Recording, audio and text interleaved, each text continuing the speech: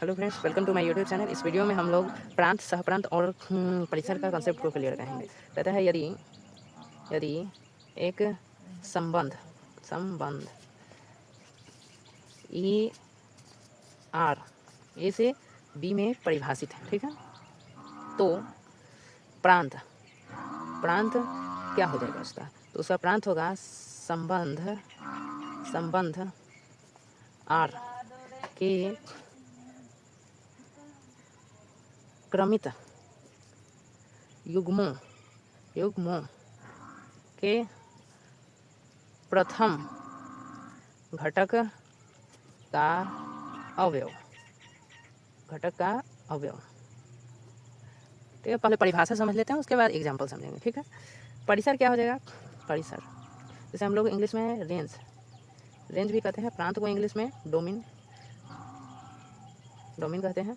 तो रेंज क्या होता है? तो रेंज हो जाएगा प्रांत संबंध आर के क्रमित क्रमित युग्मों के प्रथम घटक, नहीं, इसमें द्वितीय घटक, किसके? द्वितीय घटक के अवयव। ठीक है, और सह प्रांत सह प्रांत यानी कि को डोमिन BOM को डोमिन किसे कहेंगे? तो समुच्चय जो बी होगा, समुच्चय बी को हम सह प्रांत कहेंगे। एक एग्जाम्पल से हम समझते हैं। यदि ए एक समुच्चय है जिसमें 1 2 3 है, और बी एक समुच्चय है जिसमें 3 और 4 अवयव है। ठीक है, तो इसमें संबंध ए क्रॉस बी निकालेंगे। ए क्रॉस बी बराबर क्या हो जाएगा? इसमें ए क्रॉस बी हो जाएगा 1, 3, 1, 4, 2, 3, 2, 4, 3, 3, 3, 4 ए क्रॉस बी हो जाएंगे। तो हम रिलेशन लिखेंगे आर इक्वल टू क्या हो जाएगा? ए कॉमा बी सच डेट जहाँ ए बिलोंग्स टू ए से करेगा, कॉमा बी बिलोंग करेगा बी से, और ए और बी पर कोई प्रतिबंध होगा, ए एवं बी पर कोई प्रतिबंध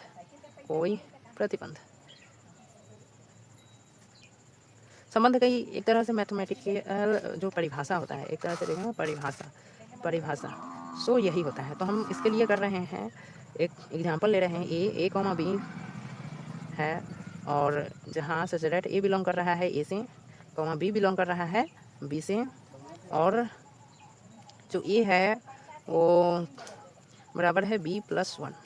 ये प्रतिबंध हमने डाल दिया। ठीक है, तो इस प्रकार R इक्वल टू क्या हो जाएगा? तो देखो ए गुना बी, ए क्रॉस बी जो निकाले हैं उसमें से ए और बी लिखना है, यानी कि क्रमित युग्म हमको ऐसा लिखना है जिसमें ए बी से एक ज़्यादा हो, ए बी से एक ज़्यादा हो। तो कौन सा ऐसा होगा? तो देखिए बी ए से एक ज़्यादा हो, यानी कि ए से बी कम होगा। ए जैसे कि 3 है, अब 3 बी है, तो 3 से एक ज़्यादा कोई है ही नहीं। ठीक है, नहीं सॉरी, एक मिनट रुक जाइए। यहाँ पर हम इसको बी कर देते हैं बी, और यहाँ पे ए, यानी कि बी जो होगा वो ए से एक ज़्यादा होगा। तो कौन कौन सा हो सकता है? जैसे कि बी 3 है और 2 से एक ज़्यादा, यानी कि अगर हम यहाँ पर 2,3 लिखेंगे, 2,3 लिखे तो देखिए 2 जो है 2+1 अगर हम कर रहे हैं, यानी कि 2 क्या है? ए है, और A+1 कर रहे हैं, तो हमको बी मिल रहा है बराबर 3 मिल रहा है। ठीक है, इस प्रकार से दूसरा क्या हो जाएगा? 3,4 में भी 3+1 3,4 में भी 3+1 इक्वल टू 4 आ जा रहा है, यानी A+1 इक्वल टू बी आ जा रहा है। ठीक है, इस प्रकार से हमारा जो परिभाषित संबंध होगा वो ये हो जाएगा। R इक्वल टू समुच्चय के अंदर कर्ली ब्रैकेट के अंदर लिखेंगे 2,3 और 3,4 लिखेंगे। ठीक है, तो इस प्रकार से इसका हम क्या लिखेंगे? अब संबंध आर का नंबर 1 प्रांत क्या होगा? तो देखिए प्रांत का अगर बात आए तो प्रांत क्या हो जाएगा इसमें? तो समुच्चय के अंदर में लिखते हैं। प्रांत की परिभाषा क्या है? संबंध आर के क्रमित युग्मों के प्रथम घटक का अवयव। तो देखिए समुच्चय आर है और इनके क्रमित युग्म है, अवयव का समुच्चय यहाँ लिख लेंगे, अवयवों का समुच्चय ठीक है, चाहे तो यहाँ पर देखिए तो नहीं समुच्चय नहीं है, ठीक है, क्या अवयव सही है।